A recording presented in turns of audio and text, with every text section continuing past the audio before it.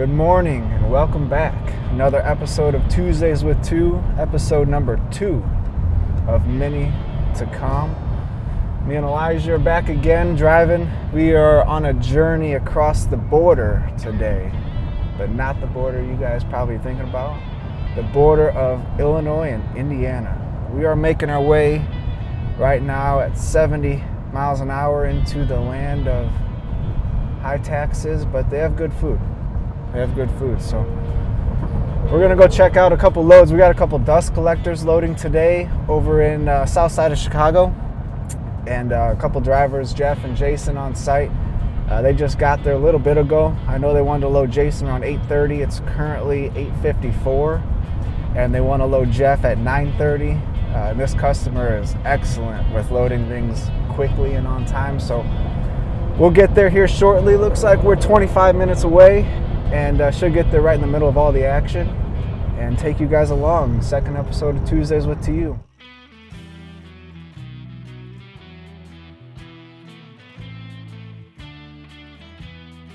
Traffic's flowing pretty good today. The sun's shining. A couple days ago over in Portage, which is the city I live in, it's the city right next to our corporate office in Burns Harbor, there was a 8-inch gas line that was busted by a boring machine, and it had this whole expressway shut down. It was actually, they were diverting all the traffic off. So a couple days ago, we would not be making the time we are. All right, we're pulling up. Looks like we got one loaded there. You can see in the middle. It's in the bay. Got the double drop loader. We got Jeff sitting outside with the step deck. Loading next. Not a lot of space in here. He's just pulled off to the side there. They get them loaded? Huh? They get them loaded? Hey, good morning. Yeah, just trying to get the pins on out the of the pliers. hooks. So I'm gonna grab a pair of pliers. Good morning, y'all. All right.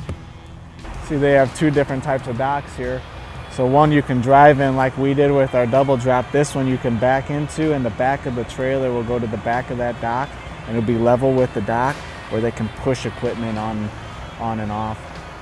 Obviously, when you load the oversized stuff like this, they load it from an overhead gantry crane in there, and you can't fit through the dock door because you're oversized. Good. How long have you been with us? 24 years. 24 years? Yeah. I'm 29, so Yeah, well, Jeff started with Trans United when I was 5 years old. 5 years old. And now I have gray hair in my beard, so you know, it's been a while. I was working with a guy the other day, a new driver with us, and we were in South Carolina. He says, "So how long you been working here?" I says, "Well, 24 years." He says, "Oh, I'm 25." Really? Okay. It's been a long time. Yeah. A good time. Oh yeah. That's why I'm still here. It's a good time. Good time. You've had this truck too since you bought this truck in 95, right?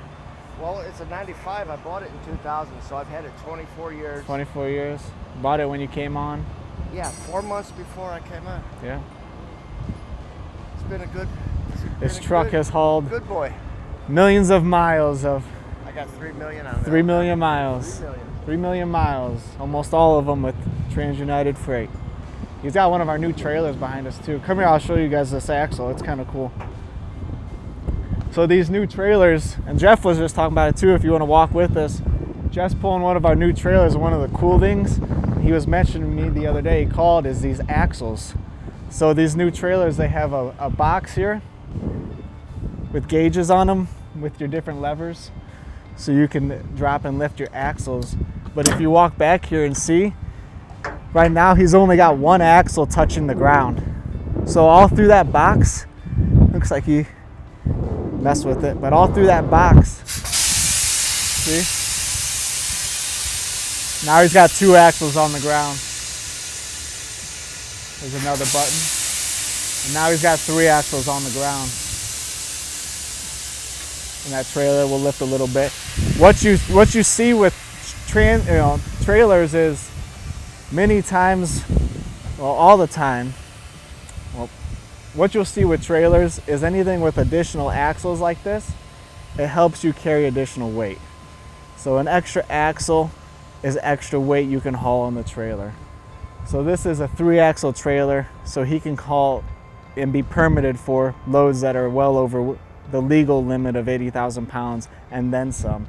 So every additional axle allows you to add more weight of freight on the trailer, and then you can permit it and get a permit for it. Anything over 80,000 pounds, no matter if it's 80,001 pounds, anything over 80,000 pounds is overweight. You'll need a permit for it.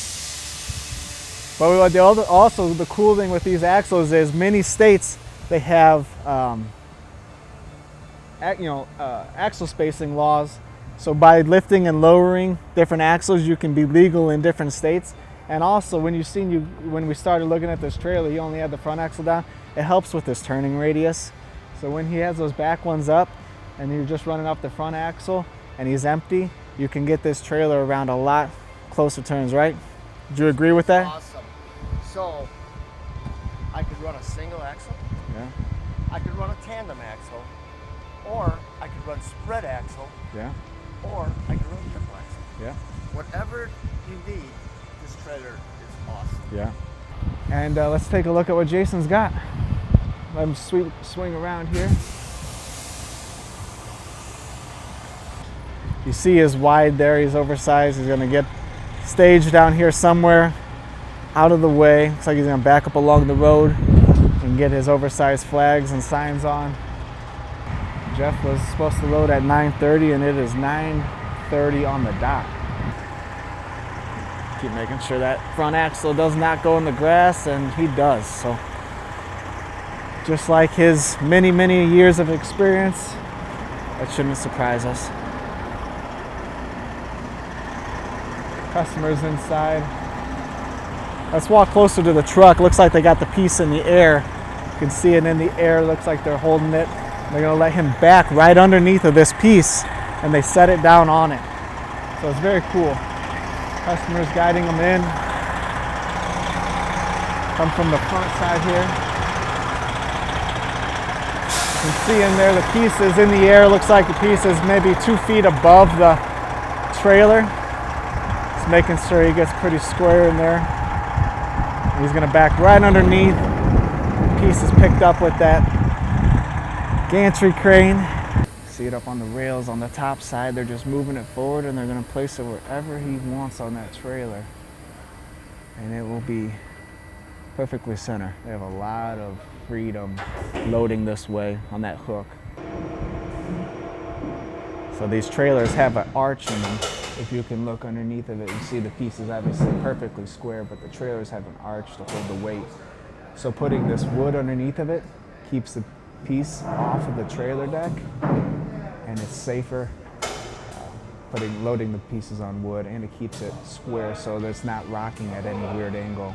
Looks good on my end. You can get over here, you can see, look underneath of it, you see nothing is touching the trailer deck.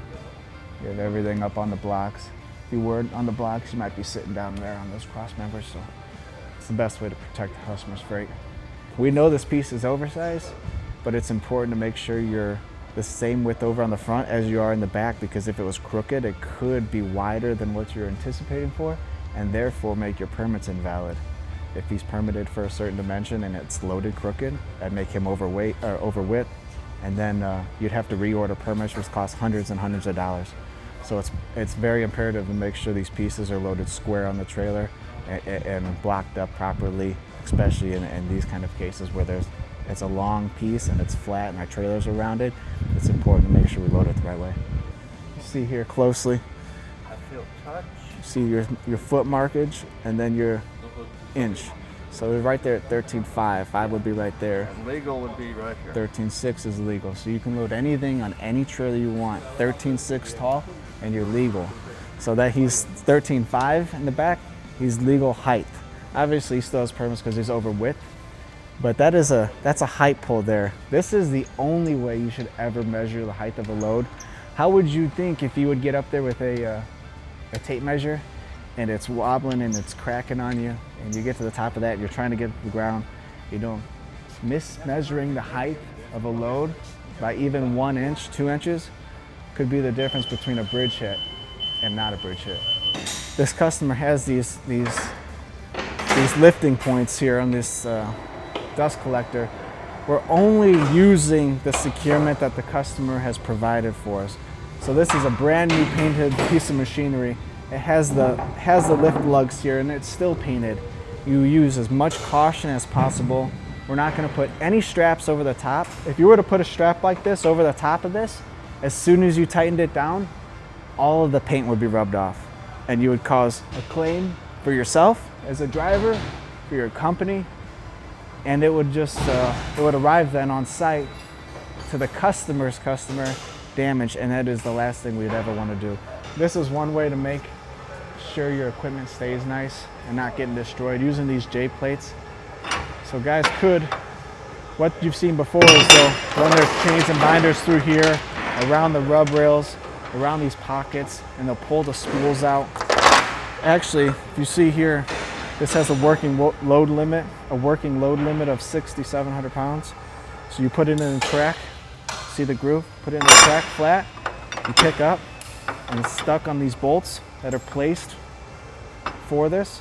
You run your chain through here, secured to itself, and that way your rub rails, all your DOT tape, everything stays looking brand new, no cracks, nothing's damaged, and it's safe. So I'm going to show you here how we use these J plates correctly. Go right to the piece. He's going to bind her from the plate. Might have to move the plate back.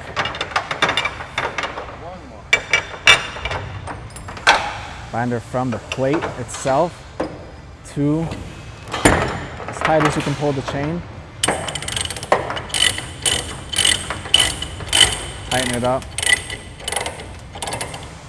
Here, getting tight. Look at that. So he's got the J plate on. He's pushed up against the stop bolt there. Chain on. Chain's doing no damage to the customer's freight. We've got nothing else touching it. Chain will just be wrapped around like that. Rub rails left alone. We're just getting ready to roll. If you were to ever get pulled over or stopped at a scale, the widest point of the piece is what they're going to measure. So you got, looking from the side, it might look like it's, the valves or the tanks, but if you're looking closely, it could be that these wires, these lines could be the widest point. Or the widest point is this bracket. So the widest point of any load is what you're going to get measured off of, and that's what we have to measure off of, because that's what we permit off of. So it's the widest point to the widest point, and our permits always have to match up perfectly. Truck's even taller than his piece. He's got his measurements down. But you've got the oversized sign in the front where he's standing on the bumper.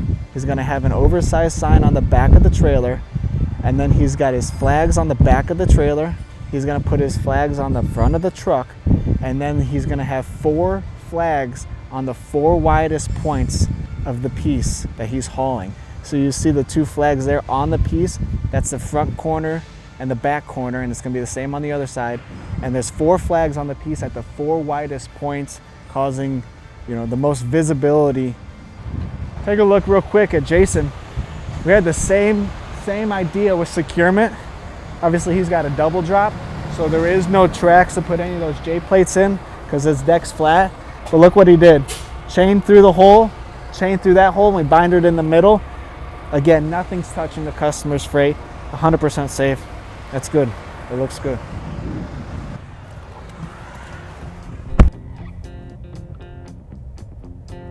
They did arrest that person. Yeah, man, we're witnessing a crime scene. We show up, nobody's here. A few minutes later, the car gets pulled over. A few minutes later, more cops pull over. Then they threw him in the cop car, and now this car is sitting there. It's a bad day, huh? Obviously, when you get in these little cities, the roads are not made for wide loads. Even though he's only, around 10 feet wide, I would guess, they're still not compatible, especially over here in Illinois, to be driving around with wide loads. So it is necessary to take up some extra room, especially when you're making turns like this one. You don't want to get into anything. You see the sign right on the side here. You see the curbs. Curbs can blow tires. So You want to always use caution, take your time. Just being careful not to come over the curb with the trailer. Make sure you don't hit the piece over the curb. It's going to clear it by, it's like 4 inches. That's the difference of taking your space when you need to make a turn and being in a rush and coming through the turn too quick. Just that extra 5 seconds of making that wide swing and taking it very slow, watching his mirrors, is the difference between him driving right now or being stuck on the side of the road with blown trailer tires.